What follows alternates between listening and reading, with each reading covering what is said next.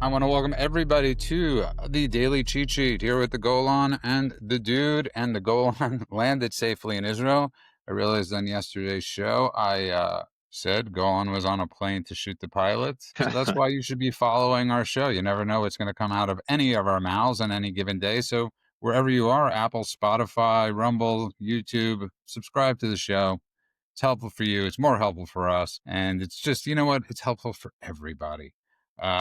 There you are. Go on. You're there safely, right? You're in a bomb shelter. I happen to be in a bomb shelter. Luckily, there are no bombs. It just happens to be the place that all the kids that are here can sleep quietly while the soundproof room does its job. How many people could say they've done a podcast in a bomb shelter? Well, I mean, I would imagine every Israeli podcaster. I was about to say every Israeli podcaster and every reporter working out of Israel. But besides that, not a lot. I want to bring something up quickly, Mend, because you got this really in my brain, and I thank you for that.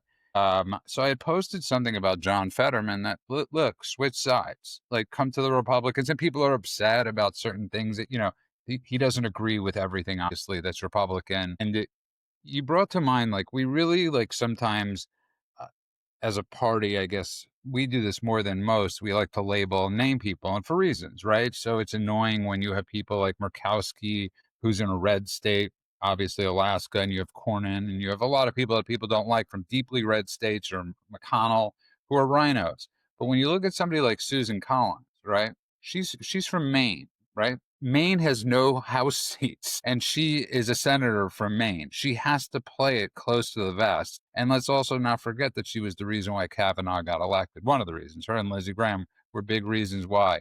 So, man, I just think it's extremely important for people to remember. It's like not every state. So even Pennsylvania, though Trump won, it's still a purple state that we didn't have a red wave because every county went blue. Yes. So I was thinking about this too after we talked about it. And you were saying that Fetterman should just join the Republicans. And what I came up with is that Fetterman is not a Republican. Fetterman is an old school Democrat. He's true to his core. That doesn't make him a Republican. And I don't think he's going to convert to the Republican side. I know a lot of Democrats have come across the aisle and now identify as Republicans. Tulsi Gabbard, RFK, you have tons of them, right? A lot of people in the cabinet. I believe Besant was also a Democrat. But Democrat, I mean, Fetterman is a old school, true to his core, real Democrat. These people that are running the party today. It's funny you say that because somebody showed me an article where somebody at the Free Press called him a Marxist Golan, and I just couldn't help but think to myself, they said the same thing about Barry Weiss. Man, I'm not bringing up the point of I agree with what you're saying, but the bigger point is coming up in 2028. He probably will be primaried. I know that's a long time away, but in the political world, it's not. And Golan, I don't want to talk long about this. I just think this purity test that we have sometimes.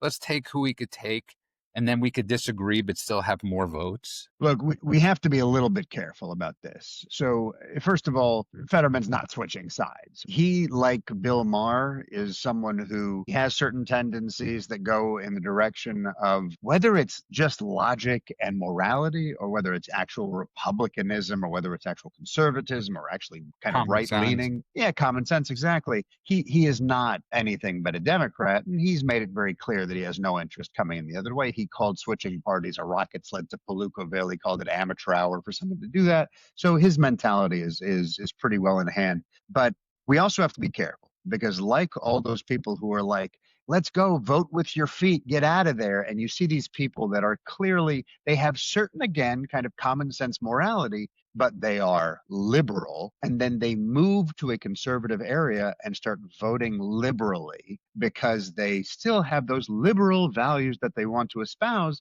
And then suddenly they change the makeup of a right-leaning or a conservative-leaning place. But we have to be careful about letting certain people into our party simply because there are certain things that seem like they align because, again, of common sense or morality, and then suddenly they start changing the makeup of the party in a way that will fundamentally change what conservatism is. We have to be careful about that sort of thing. But I agree with you in general that purity tests of reaching across the aisle is what we have to be careful about shooting down. Once upon a time, it was more normal. And the idea of like Susan Collins knowing she has to make nice over here, or Fetterman having a soul, so he makes nice over here, I think is great. We should encourage that because I know that we're supposed to pick a side and stand guard and all of that, but I don't think it's terrible to have certain things where you're like, I have conservative values. I have a logical core. I have a brain. I have moral core. And yet I can disagree here and there, or I can move on things here and there, or I can try and shift things within my party if they're not going in the right direction.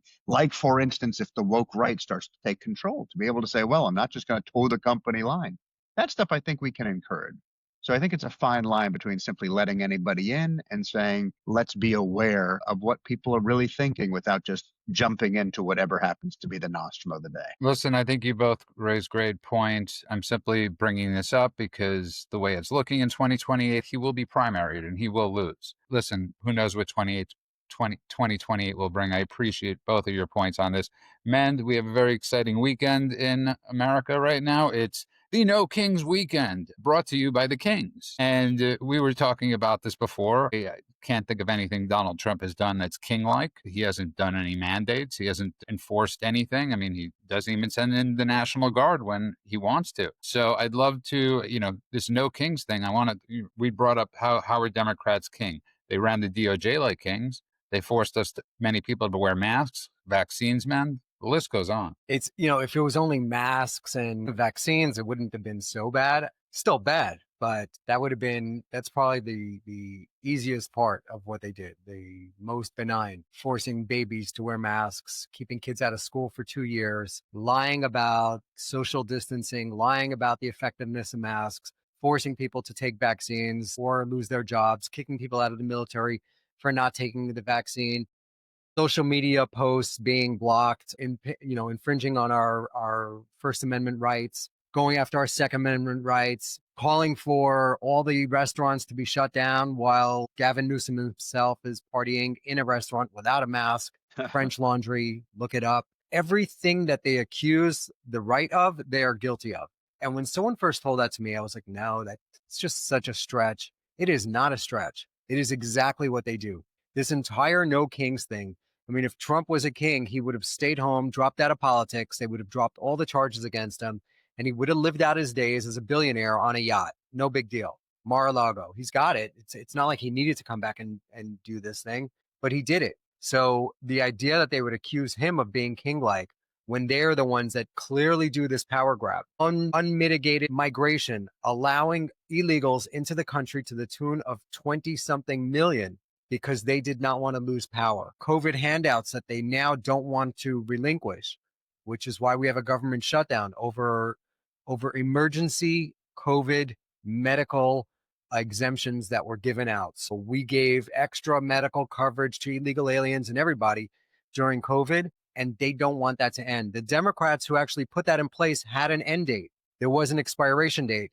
They just don't want it to expire. Well said, and I love that. And I'm really happy that you actually did that you thought about this after I brought it up to you on the phone. And Abbott's ready to send out the National Guard. And I just think it's important to remind people, it wasn't Republicans that put FBI agents into January 6th or whatever, or all other things where they've embedded themselves to cause chaos in America. Yeah, this just came out a couple of weeks ago that there were 275 FBI agents. It's crazy. It's unbelievable. In addition to the 25 informants. So you're talking about 300 agents on scene in the place, not to mention the amount of Antifa members that were there that dressed up as Trump supporters just to wreak havoc and cause chaos. And not that I'm advocating for violence, but I hope a whole bunch of Trump supporters dress up as Democrats and show up to their riots and, egg them on and get them to get all riled up. Yeah, no, listen, that would be fantastic in a peaceful way.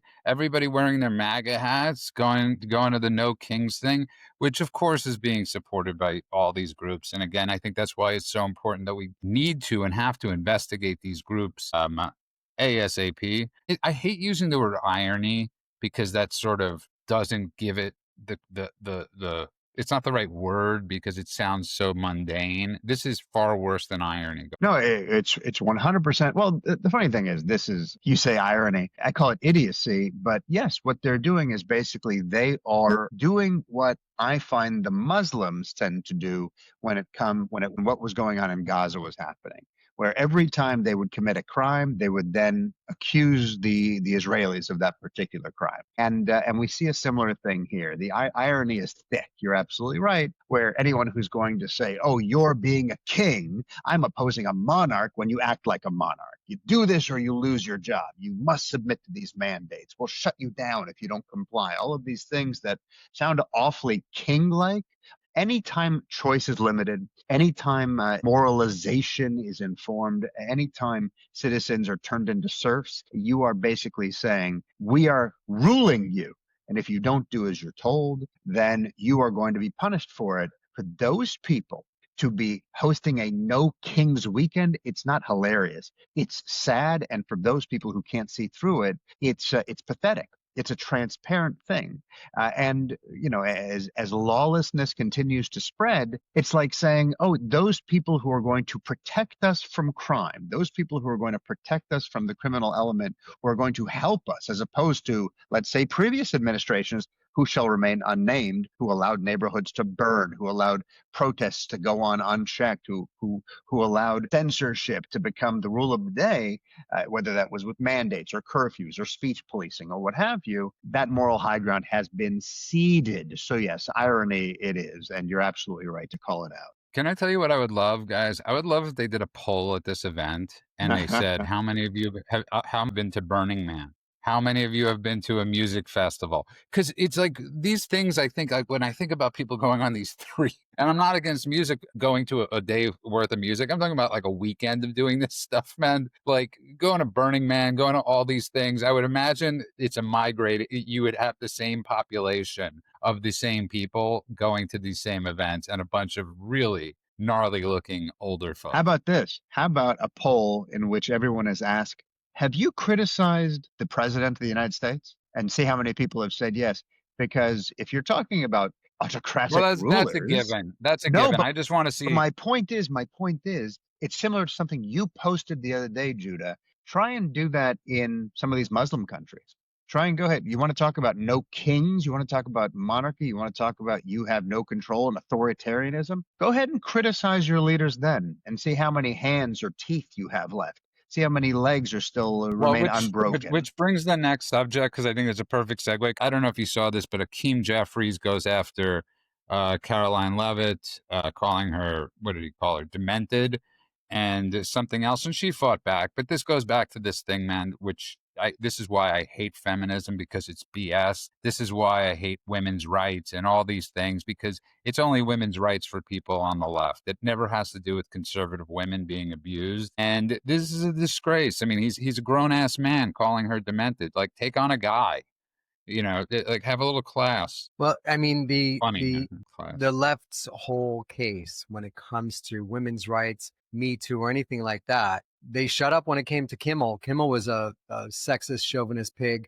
It's on video. It's all over the internet, blackface and everything else. Not a word. The women of Israel that were raped and murdered, not a word. So do we really take them seriously on anything they say? If Hakeem Jeffries wants to call her unhinged or whatever, that's okay. That's fine. Who's taking Hakeem Jeffries seriously? That the entire Democrat-led leadership, their whole movement is just a clown show. At this point, it's a clown show. I get it. In places like New York, you're going to get guys like Mandamni that are radical lefty lunatics. That just comes with the territory, unfortunately. But for most of the country, they're looking at the left and they're going, we don't get it. We don't understand what you're doing. We don't understand this whole trans ideology that you're so, adamant about. We don't understand any of the things you're doing. It's funny. I flew through the Midwest recently.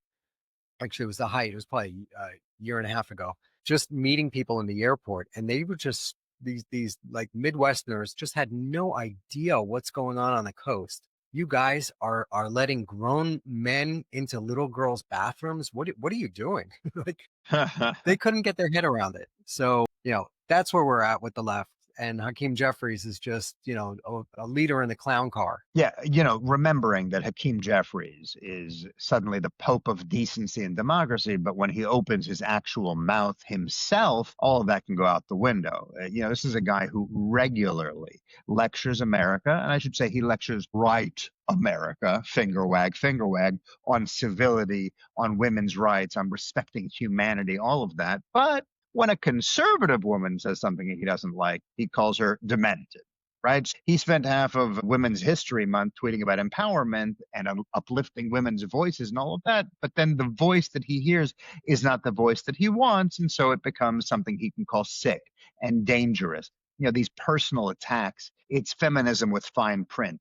For him, it doesn't matter. And by the way, you'll see this, speaking of hypocrisy, you'll see this across the board when they are, again, no King's thing is a good example. They will praise a certain thing until it comes back to bite them, and then that thing suddenly is Hitler. They will tell you, again, finger wagging at you, what you can and can't say until it comes back to bite them. And then that thing is dangerous rhetoric. Over and over again, we see this. This is just the latest example, and it's no surprise. I saw an interview where this guy was on the street interviewing people about latest events, politics, whatever. And he asked this woman, if she's a fan of what Trump is doing. And she goes, "Oh, no, he's terrible. He's a Nazi." And he goes, "Why?" And she goes, "Well, these illegal deportations that we're doing." And he goes, "So Trump has deported 450,000 people.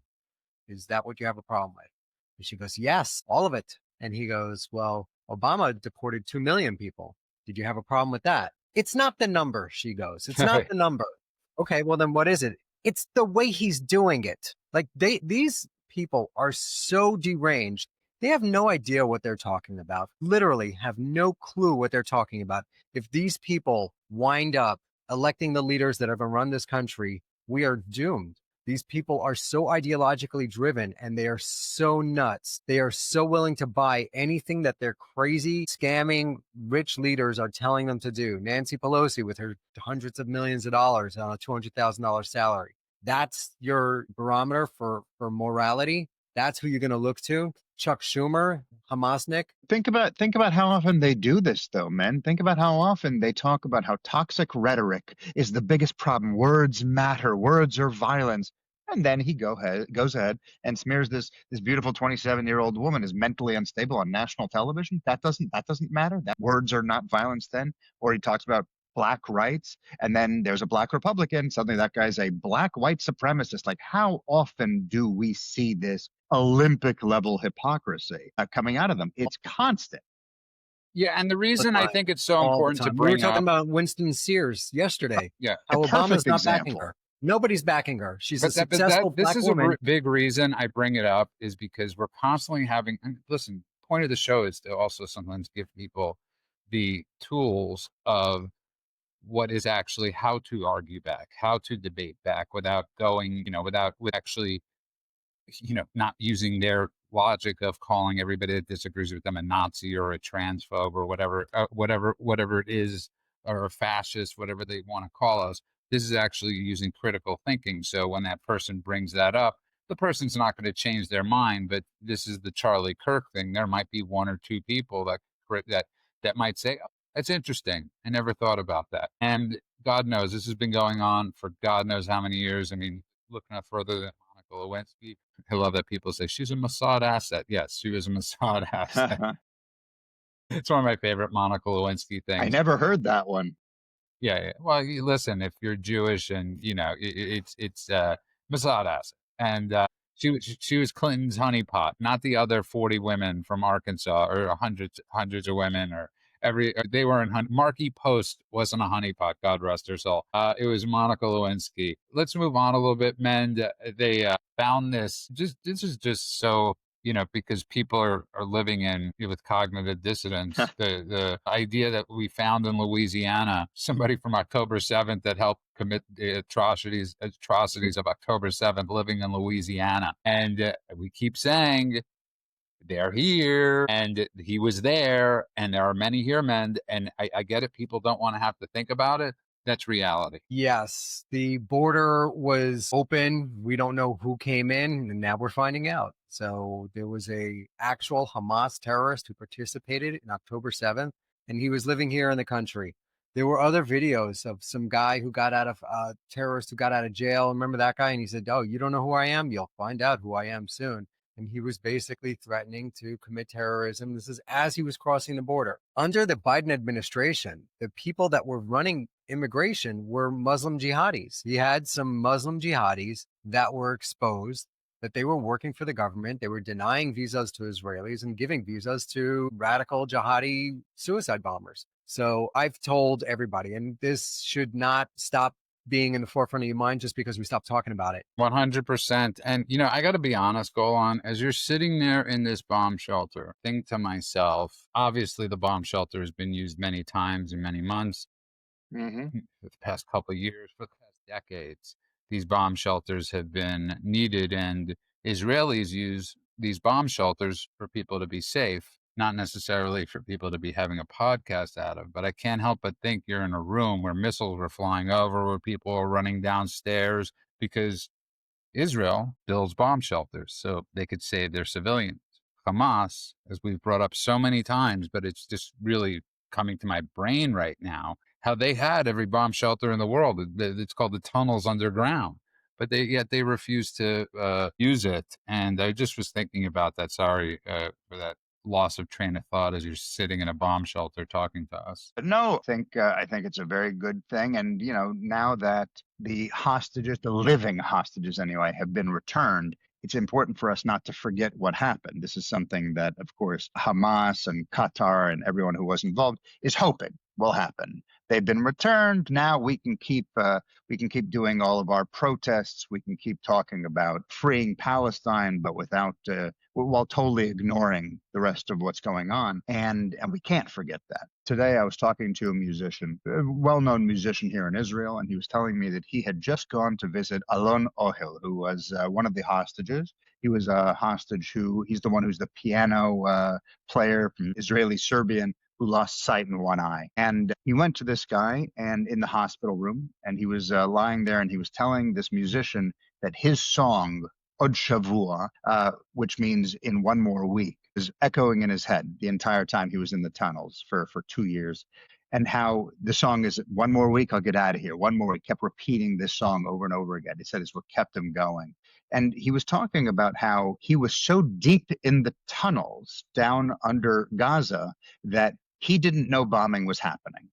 And imagine everything that was destroyed in Gaza, not to even know. He said he could feel occasional shaking, but he was so deep he didn't even know it was happening. That's how safe every Gazan could have been. Here, I'm sitting on the 8th floor in a bomb shelter, which means that, you know, remember when Iran was lobbing the massive rockets over, the ballistic missiles, you would see buildings just being cut in half. So this bomb shelter is not going to protect from that. So they actually had safer bomb shelters in Gaza than they've got in Israel. And yet not one civilian was allowed into those bomb shelters. And in Israel, That's the title of the show. There are safer bomb shelters in Iran and Gaza, or Gaza and Iran, than there are in Israel. yeah. But man, I want to get back to the subject, but I want to just touch on this quickly. So Zelensky comes out today and he offers to trade us drones for Tomahawks, and because apparently they have excess drones, and I maybe there's a rumor, or maybe it's true, because we are low on weaponry because we've been giving so much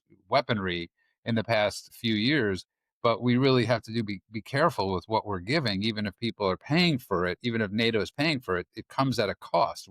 A Tomahawk. I mean, I remember with COVID when they looked at the shelves and everything was bare. We do not want to put ourselves in a position where our stockpile is bare when it comes to weapons of defending ourselves and weapons of offense. So I don't think Trump is going to make the trade. And he said to Zelensky, hopefully you won't need the Tomahawks because he's meeting Putin with Viktor Orban, and like Viktor Orban, and Orban said, "I'm the only place that where Putin and Zelensky could meet." So we'll see. Yeah, so the U.S. has just a few thousand Tomahawks. I think it's between 4,000 and 5,000. We used to have 9,000 of these Tomahawks. That's not the problem. The problem is we only make between 55 and 90 of them a year. So a year. So they could get depleted really quickly. And the other thing to note is that the Russians could shoot them down. So it's not like the Tomahawks will do a lot better than the long range Ukrainian made missiles, but they're not guaranteed. And we're going to need a ton of them if China decides to invade Taiwan, which looks like it's going to happen. I think what Trump is doing here is he's using it as the carrot and the stick again. So he talked about a phone call that he had with Putin. He says, how would you like it if I gave Zelensky many thousands of those Tomahawks? And he goes, oh, he didn't like that. He did not like that. Well, the other thing about it too is what Tomahawks can do, because Ukraine has some long-range missiles, but the Tomahawks can reach far into Russia, which means that what Zelensky's asking for is a weapon that allows him not just for defense or to fight back on the battlefield, but to begin a counterattack into Russia.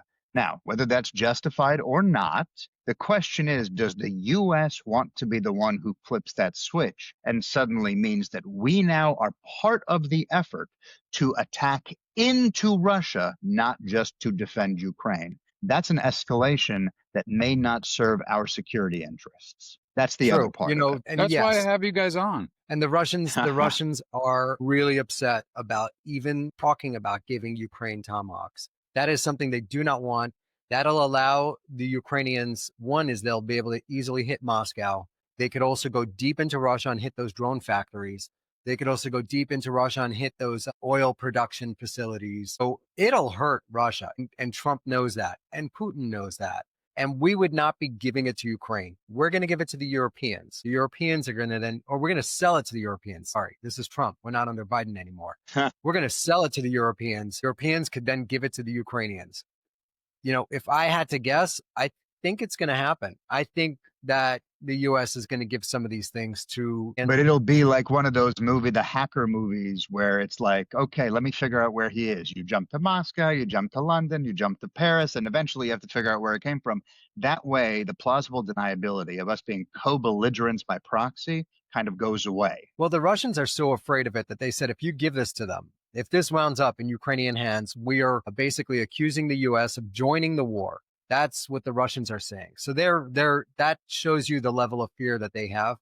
I don't think Putin's going to end the war with the threat of Tomahawks. I think that the Americans are going to give it to the Europeans. I think there's going to be some stipulations, and I don't think the Americans are going to allow the Ukrainians to hit Moscow. I don't think they're going to allow them to hit city centers and stuff like that. I think you're right. I think it's right. Yeah, I think you're drone factories and stuff like that. I think you're both of your thing, but the bigger thing is I used to listen to Ben talking about building up our defense as much as humanly possible, and I would, I was at that time where I was like, I don't trust the defense, and this is where I agree with Ben Stein 100%. We need to be in mass overproduction of every single piece of machinery and equipment we could possibly have. I don't want to hear that we're down to a certain amount of Tomahawks, nor do I want to hear that that we can only make 90 a year. We should be ramping up production, that we should be able to have 300 Tomahawks made a year, 500 Tomahawks. It gives people jobs, builds the economy up. Do whatever we got to do, Golan. But I never want to hear that we're low on weapons like we were low on respirators when COVID hit. I never want to hear. Or if you think about like the 1970s oil crisis, right? We were caught unprepared because we relied on foreign supplies. We didn't have an arsenal. We didn't have something built up.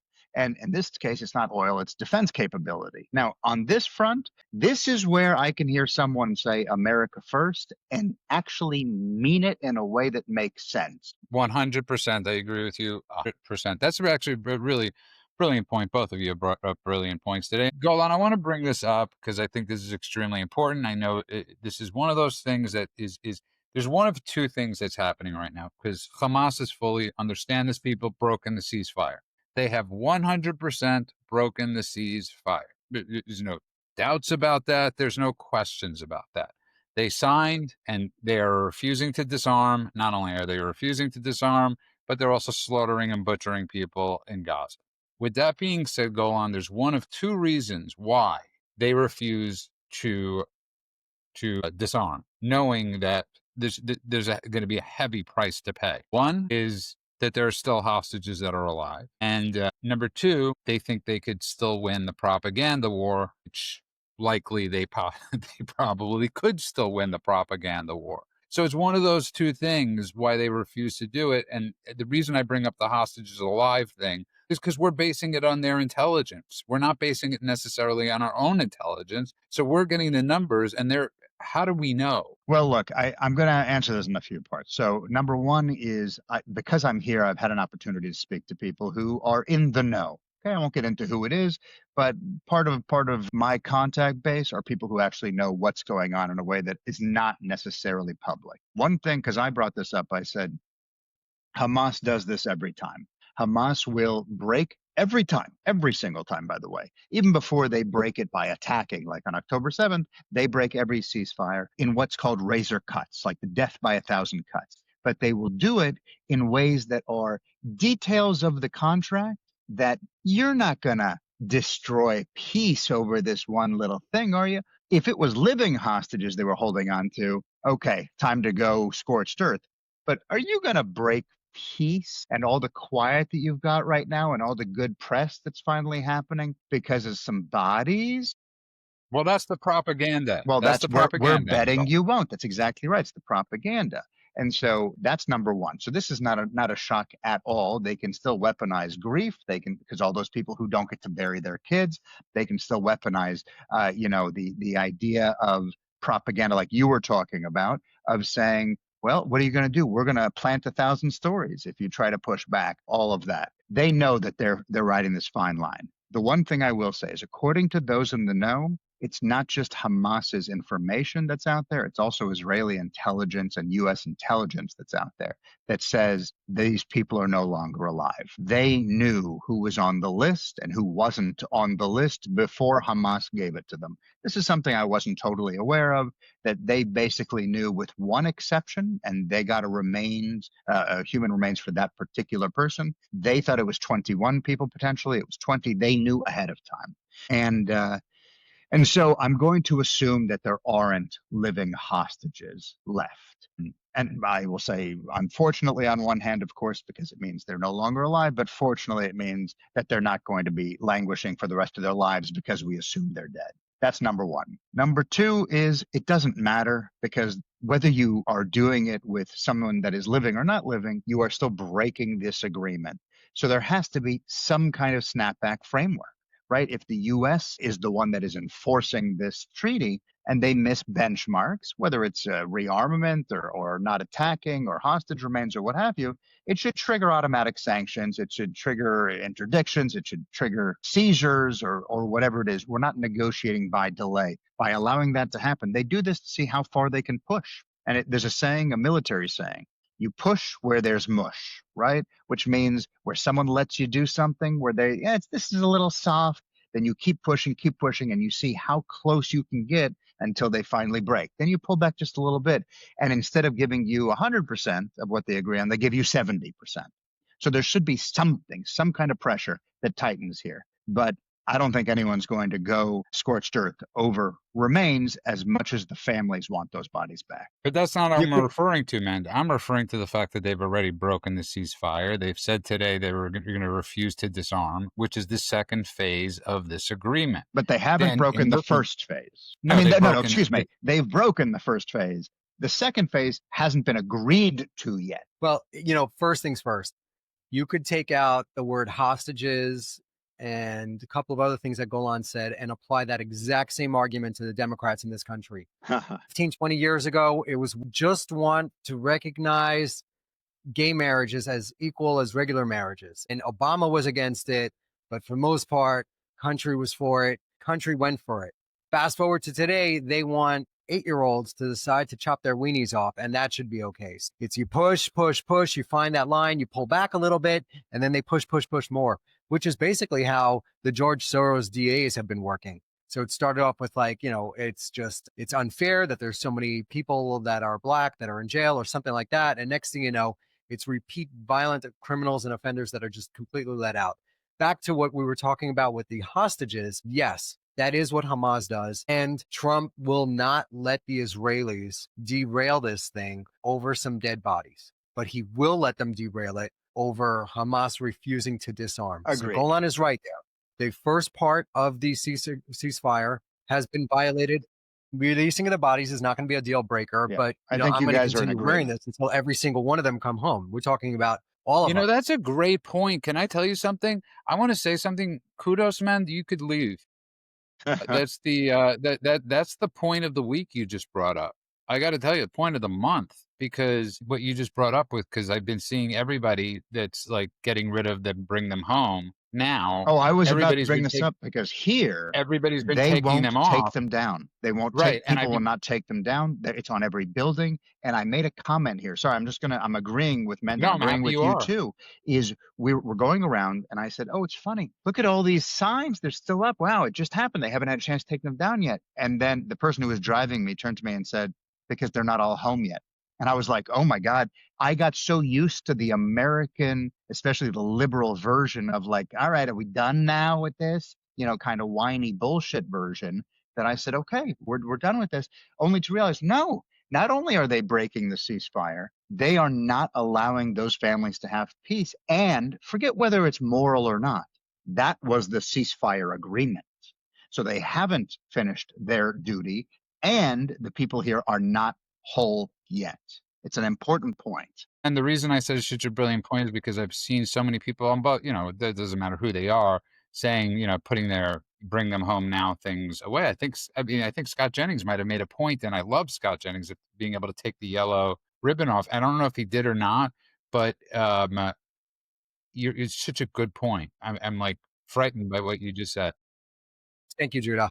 Hamas is not going to go through with the disarmament. We all know that. They're not going to lay down their guns. We talked about this a little bit yesterday. They would love a situation like Hezbollah had in Lebanon, where there's an official government that deals with the international stuff and they deal with, all the front facing stuff. But then they're the real government with the guns and they're controlling all the money and they say what the policies are and they kill whoever they want. They lock up who they want. But there's a puppet government that they control that's the face of it. That's what was going on in Lebanon for the last 25 years. Now it's finally changing. It looks that way. So we know that the Hamas guys are not going to disarm. This entire ceasefire is going to fall apart. But once it does, we talked about this yesterday. We heard about this thing from a guy that was on Dan Senor's Call Me Back podcast, where he was saying that Israel's just going to make an East-West Berlin. They're going to have a part of Gaza that they control, and they're going to let that start getting built up by the Arab countries. The Gazans that want peace will come over, and the ones that don't could stay there with Hamas, and Israel will do targeted strikes in the zone where the Hamas guys are until they're all dead. Well said. And Golan, I want to go to you quickly because I want to move on a little bit. Well, I want to say one more thing about that real quick before we move on, which is just in terms of the agreement. I don't know if people realize this because they're so quick to move past it. And of course, nobody wants to give the Israelis humanity, but the Israelis released all of the murderers and accused prisoners already, and they haven't received back the bodies that were agreed on. And so it is something where it's not just that they're holding on to them and not returning. They made a deal for this thousands, hundreds of murders and thousands of accused people for these 28 dead bodies. And we don't get the 28 dead bodies back. It means that something's up. It means that it's not just a matter of, oh, you broke your word. It's that now we've also put a bunch of people on the street that are going they paid to for it in advance. Certainly attack again. It's what they do. Okay, What's the both of refund you have policy raised on that? exceptional points. You could both leave. I'll do the rest of the show by myself. I don't think you could beat what both of you just said because you're 100% right. I love the thought process that went into that. You're 100% right. And this was, listen, Israel stupidly agreed to, There's the title of the show. What's the return policy on the ceasefire agreement?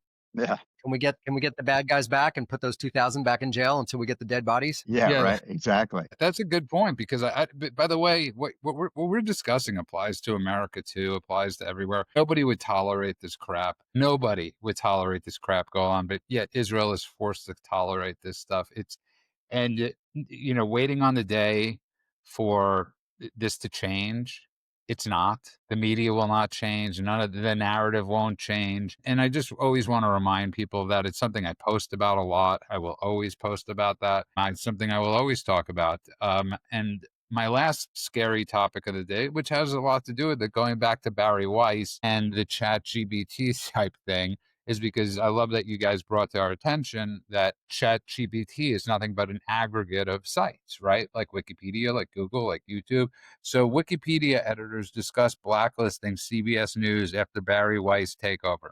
So just so people understand, Barry Weiss was a Democrat her whole life. She moved to the center. I don't think she's changed her pro certain stances. I'm sure she has many of, and that's cool, Golan. But she started the free press, became very successful. She's done an amazing job at it, and an amazing job at it. And now they're threatening Wikipedia editors. And this is like, I don't know how we go about this, because I get we can't shut down Wikipedia, but if we're doing business as a government with OpenAI or ChatGPT or any of these organizations, that's when we put the hammer down and say to them, you're not going to do business with them. You're gonna put crap in your systems. No money for you. Well, if they are going to lock out CBS News because it's an ideological tool, they better get their pen ready of who else they're going to lock out, because it's basically everyone across the board all the time. News on all sides, by the way, is no longer news. When it was a lost leader,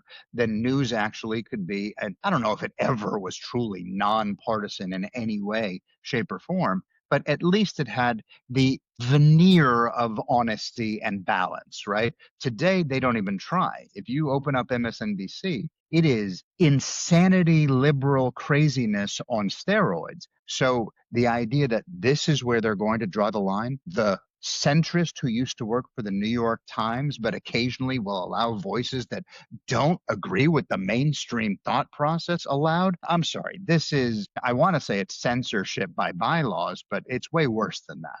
This is, as you said, anything that is an aggregator. So Wikipedia, we already know, is a deeply corrupt and corruptible site. It is not the number one source that ChatGPT scrapes. It is the number two source that ChatGPT scrapes in order to get information to share with you. You want to know what number one is? It's even scarier.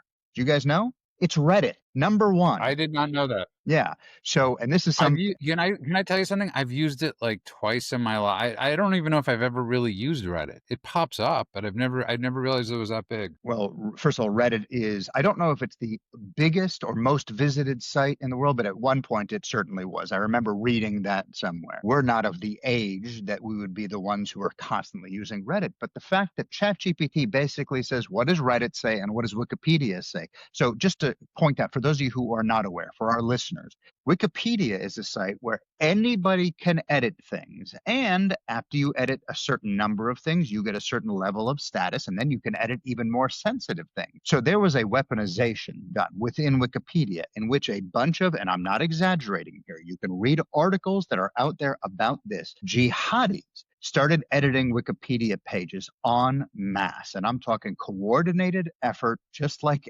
everything else that they've done to destroy institutions. This was just the next leg.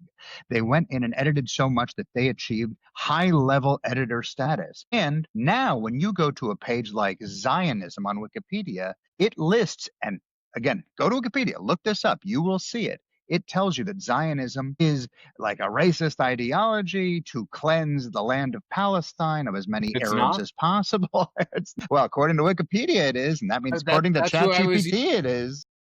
That's who I was using. But Golan, I want to get back to the point that I was trying to bring up, man. Yeah. That this is like the government could actually put down the hammer.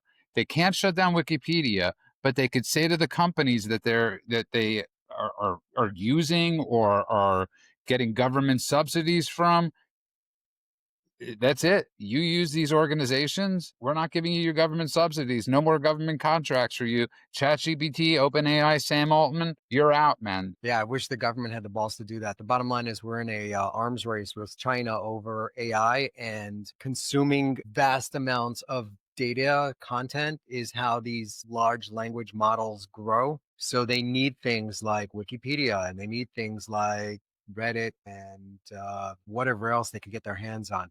You will not believe, I actually work with some companies that do that. They sell data to AI companies, and the stuff they were asking me for, it would make your head spin that they were actually training models on this type of content. But they are hungry.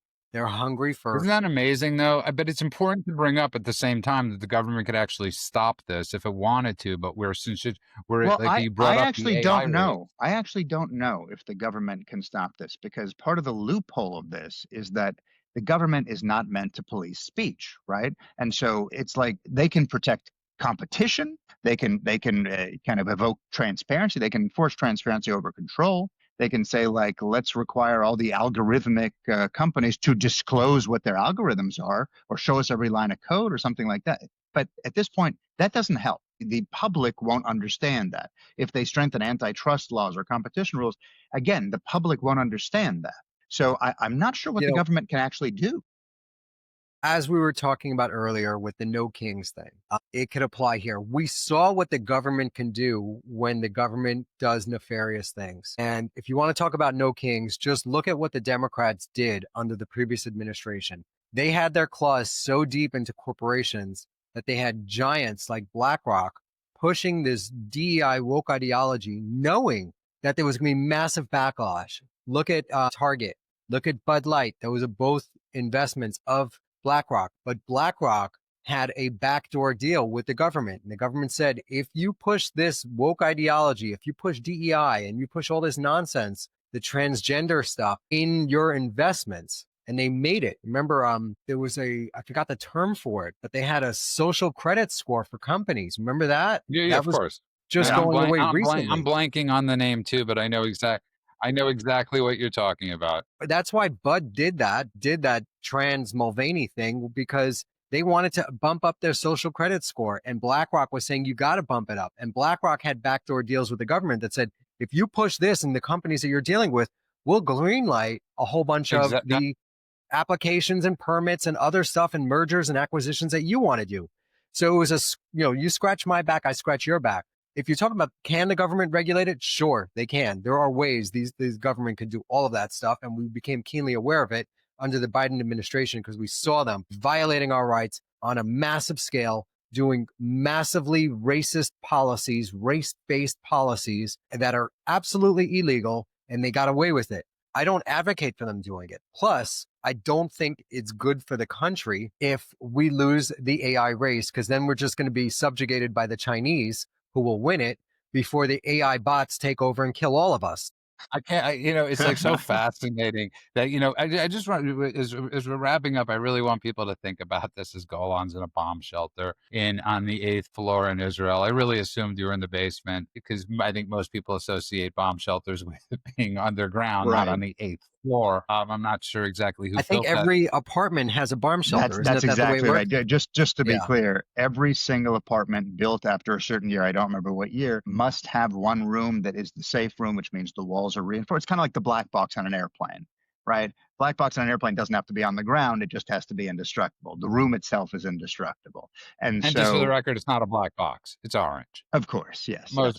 Most people don't know that. I just want to. I'm really happy to see you. I'm really happy you got there safely. I'm really happy you didn't shoot the pilot. But you have pilots going into production. Your plane landed safely. I always have this thing of because we do this show, we sort of have to still watch things or be in tune with things and not cancel things because I need to know what's going on, especially pop culture or culture. And so I have not canceled my Netflix subscription. I encourage everybody else to, but and the reason I don't is because I don't want to just trust what they're saying. I want to actually watch something for a few minutes. And Ryan Murphy I guess it's a series of shows. What's it called? Go on the series that he The has. monster stuff where he's just supporting all the serial killers by casting Yeah, hot guys who get naked. right. And we've discussed this on this show Mhm. before. And I got to tell you, he has a new one out about Ed Gein, and Mhm. it's #1 on Netflix. Charlie And Hunnam getting naked with Laurie yeah, Metcalf. yeah. I was shocked. It was like watching snuff porn. Not that I've ever watched snuff porn, but I would imagine what that is. And He's I don't know. heard it's like snuff porn. Yeah, He I've has. heard. I Yeah. don't know if you've seen this, but it's celebrating this. I don't even know if he was a serial killer. I don't know what you would call him.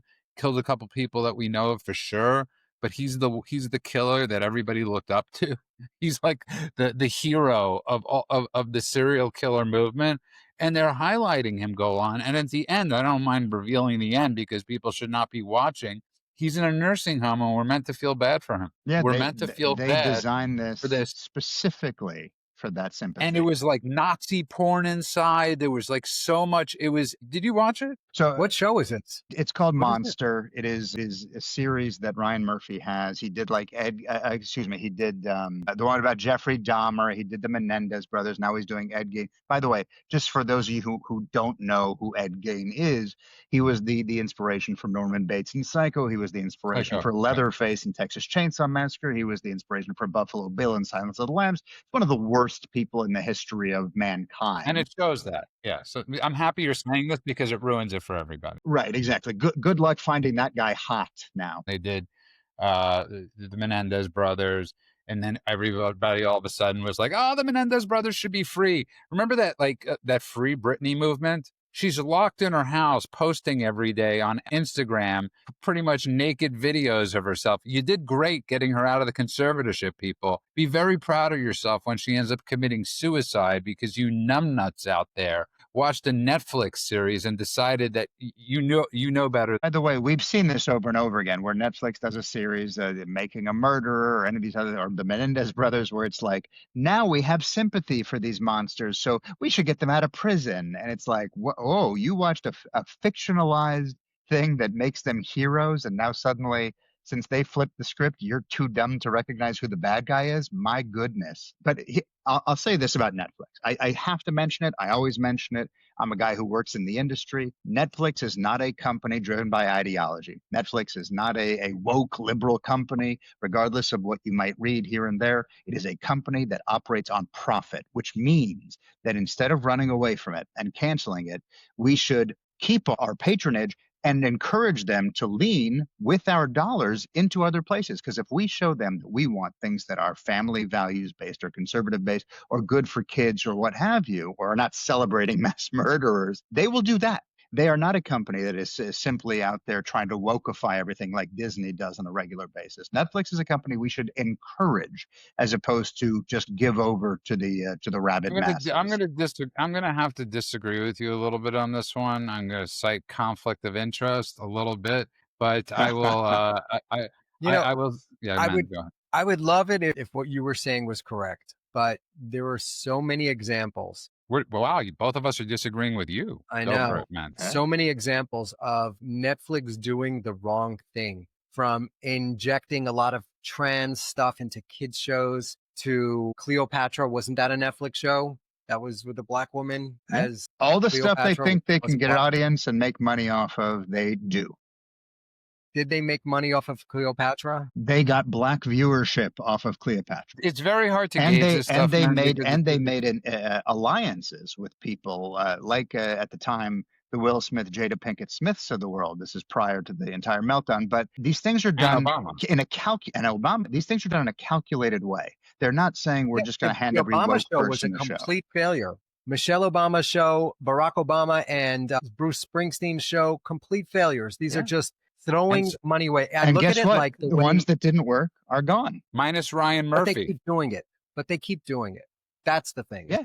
Sure. If they you said go they where they the think lesson, the money is. Well, they're not learning their lesson. To Golan's point, when Joe Rogan they were trying to cancel him, Netflix refused, or Dave Chappelle, Netflix refused to take those down. Yeah, they did act correctly. Not only refused, they said to their employees, if you don't like the fact that we have alternative voices, there's the door. They were very clear and very quick. They rejected the boycotts. It looks like it's almost as bad as Disney. They inject. And Golan, I'm just going, Peter Berg made that fantastic miniseries Primeval, right, about Mormonism. And he was terrified when he showed it to the head, saying, no way she's putting this on the air. And this is a true story, right? He really did research for that miniseries. This is one of those things you'd think Netflix, the people there would watch it. And there comes a point, Golan, and where the censors, where people have to say, we can't put this on. There have to be grown-ups in the room at some point where they simply say, some things we can't put on. And I don't think something like Monster would have created this mass hysteria. They just could have said, this is so out there that this actually could encourage violence. This can lead to violence. And there's a danger in a show like Monster. That's what I'm saying. When you start sympathizing with serial killers, Yeah. we're in a dangerous I place. don't disagree with you, but you can't deny that they all went number one. Yes, 100%. But so what? So is every Lifetime movie they show up. I mean, listen, Netflix has, I That's mean, why they you make have a bunch movies of from Lifetime movies. 1986. I mean, listen, I'm not, I understand what you're saying, but there comes a point where when you're the head of a company where you could look at it and say enough's enough. It's like if we had a guest on that was spewing stuff, we would cut the cord. But wait, so wait, this is a perfect example. We would, because we are more concerned with our morality and more concerned with how we affect the world than we are with our ratings.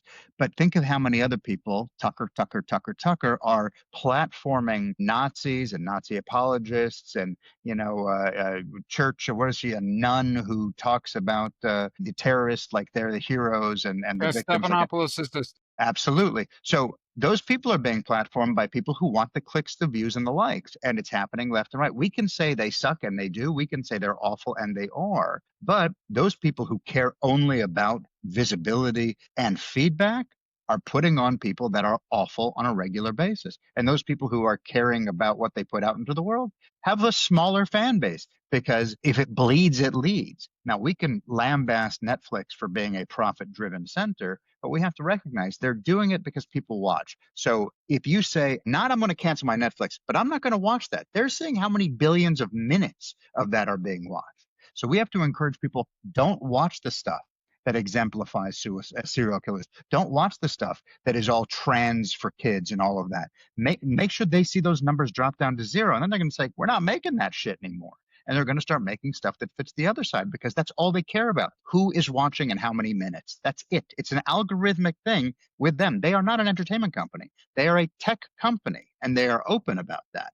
That's all it is. okay. People, please don't watch Monster. There you go. Save yourself the God knows how many hours of it. But I will say this: I do think companies do, at a certain point, have a moral responsibility. Listen, I mean, you have kids watching this stuff. I mean, how many parents are asleep at the wheel and their kids are watching? We've run out of time. I want to thank, of course, Golan from the bomb shelter in Israel. I hope you have a very successful week with all the projects you got going on over there. You got a lot of stuff going on. And I pray that Men's backyard finally gets built, and that his sewage in his front yard doesn't blow up over the weekend. And I want to thank everybody that's been downloading and listening and, commenting and everything, all the support from the bottom of our hearts. Thank you. I want to wish everybody a good morning, afternoon, and night world, wherever you are. God bless you all.